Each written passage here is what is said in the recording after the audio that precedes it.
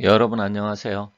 2025년은 을사년 뱀띠입니다. 그래서 뱀띠를 맞이해서 각 띠별로 아니면 각 태어난 생일을 가지고 그날의 일주를 가지고서 그 운세 2025년 뱀띠의 운세를 살펴볼까 합니다. 여기 푸른 뱀이 있는데 2025년 을사년은 청사 즉 푸른 뱀의 해입니다. 물론 뭐 푸른 뱀이든 검은 뱀이든 아니면 붉은 뱀이든 뭐 이렇게 연도에 따라서 좀 달라지긴 하지만 그것은 뭐 아주 큰 의미는 없어야 하지만 우리가 부를 때 24년은 청룡의 해 그리고 25년은 청사의 해 이렇게 부르기 때문에 그런 단어 좀 참고하시고요. 각 띠별로라든지 아니면 생일별로 해서 운세를 말씀드리는 게 그 기운만 갖고 말씀드리기 때문에 전체적으로 큰 틀에서는 좀 아쉬울 수 있습니다. 하지만 여러분들께서 뭐 새해 운세를 보신다고 하면 여기 아래 나와 있는 전화번호로 사주나 풍수 관계된 것을 상담을 원하시면 여기서 이제 전화를 주신다든지 문자를 주시면 제가 거기에 따라서 답변을 드리고 상담을 해드릴 테니까 궁금하신 분들은 여기 아래 전화번호로 연락을 주시면 감사하겠습니다. 오늘은 이제 이 을사년 뱀때를 맞이해서 태어난 날이 을해일 날 태어나신 분들의 운세를 한번 살펴볼까 합니다. 그래서 을해일 날 분들은 좀 잘 봐주시면 좋겠고요. 아니면 뭐 주변의 가족이나 친구, 가까운 사람이 을해일주다. 그러면 아울러서 그것도 같이 살펴보시면 좋겠습니다. 먼저 남성의 사주를 한번 보도록 하겠습니다. 이 남성 같은 경우하고 여성은 똑같은 연도가 들어온다 하더라도 기운 자체가 음과 양이 다르기 때문에 조금 다릅니다. 물론 뭐 큰 틀에서는 비슷한 점도 있지만 우리가 사주를 볼 때 그 육친의 관계 이런 부분이 달라지고 또한 대운도 남녀 반대로 흐르기 때문에 약간의 차이는 있습니다. 그렇기 때문에 그런 점을 참고해서 보시면 될 것 같습니다. 먼저 남성분들은 하늘의 기운인 을목이 같은 을목이 들어오기 때문에 이것을 사주에서는 비견이라고 합니다. 그래서 비견의 기운이 들어오고요. 땅의 기운인 일지와 뱀띠의 연지 사화는 서로 상충살이 있어서 이것은 좀 부딪히고 깨진다고 볼 수 있습니다. 물론 을목 입장이냐 신금 입장이냐 기토 입장이냐 다 달라요. 그래서 일단 을의 일주한테는 이 을목의 기운이라는 것은 같은 기운이고요.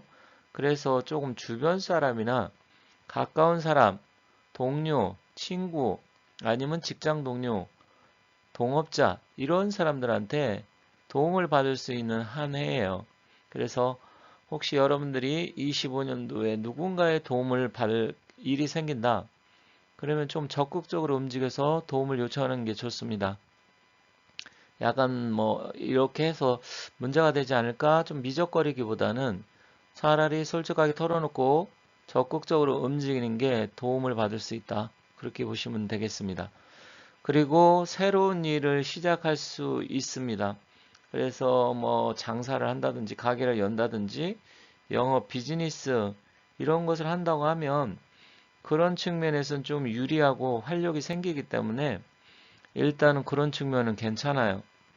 하지만 문서운 자체가 아주 좋다고 볼 수는 없기 때문에 계약 관계라든지 투자 관계 할 때 좀 더 신중하게 문서나 계약 관계 이런 것을 좀 살펴보고요.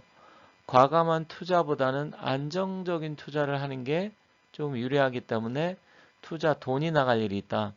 그러면 그럴 때는 조금 주의가 필요하다 이렇게 말씀드리겠습니다. 한편으로는 또 이동과 변동수 이런 게 증가하기 때문에 직장 이동이 생길 수도 있고요. 집을 이사 간다라든지 아니면 멀리 뭐 여행, 심지어 해외 여행도 갈 운세입니다. 그러다 보면 많이 움직이고 분주하게 활동을 할 가능성이 높은 해이기 때문에 차량 운전하시는 분들 차량 접촉 사고 이런 거 조금 주의할 필요가 있습니다. 그래서 그러한 측면으로 본다고 하면 일단은 운전 같은 경우 멀리 간다고 하면 조금 쉬면서 가시고 음주운전 이런 건 절대로 하시면 안 되겠습니다. 그리고 한편으로 본다고 하면 일단 기운 자체는 뭐 아주 나쁘진 않아요. 의뢰일주한테는. 다만 경쟁자가 또 생겨가지고 뜻하지 않게 동업관계가 깨진다라든지, 동업하는 사람들 이야기입니다. 아니면 내가 가게를 했는데 주변에 똑같은 가게가 생긴다라든지 이럴 가능성은 없지 않아 생길 수 있습니다. 그래서 그런 점을 잘 참고해서 25년 한 해 좋은 일 많이 생기시길 바라겠습니다. 이번에는 여성분들 운기를 한번 살펴보도록 하겠습니다. 의뢰일주는 여성분이나 남성분이나 좀 비슷한 게 많아요. 그래서 크게 많이 차이 나지는 않습니다. 이게 내가 태어난 날의 기운이 어떤 거냐에 따라서 좀 달라지기 때문에. 그런데 의뢰일주 같은 경우는 여성이나 남성이나 비슷하다. 다만 여성 입장에서는 남편과의 갈등 이런 게 좀 증가하고, 이혼 이별수, 아니면 내 가까운 사람한테 뭔가를 조금 내가 주든지 손해를 보든지 그럴 가능성이 있습니다. 그리고 부동산 투자, 문서운, 이것은 별로 좀 좋지가 않아요.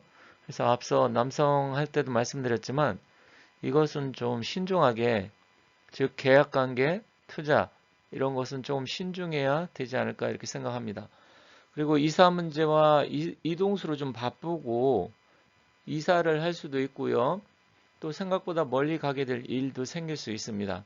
근데 남성하고 결정적으로 차이점은 뭐냐면 자식 문제로 인해서 갈등이 생길 수 있습니다. 그래서 자식 때문에 조금 신경 쓸 일이 생긴다든지 어려움을 겪을 수 있다.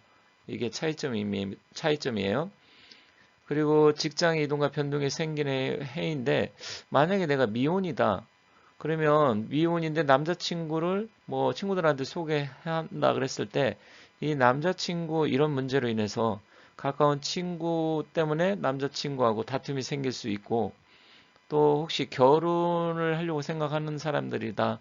그러면 서로 궁합을 봐야 되겠지만 결혼하는 것은 가급적이면 그다지 좋지가 않습니다. 그래서 그런 부분은 좀 피하시는 게 좋지 않을까 이렇게 생각을 합니다. 만약에 내가 미혼이 아니고 우리 자녀가 의뢰일주고 결혼을 지금 생각하고 있다. 그렇다고 하면 가급적이면 조금 피하는 게 좋지 않을까. 물론 날짜라든지 태기를 잘 하고 궁합을 잘 봐서 하면 뭐 긍정적인 면도 있겠지만, 그렇지 않다고 하면 약간 부정적인 작용할 가능성이 좀 더 높습니다. 그래서 그런 측면을 잘 이해하시고 좀 미루는 게 좋겠다.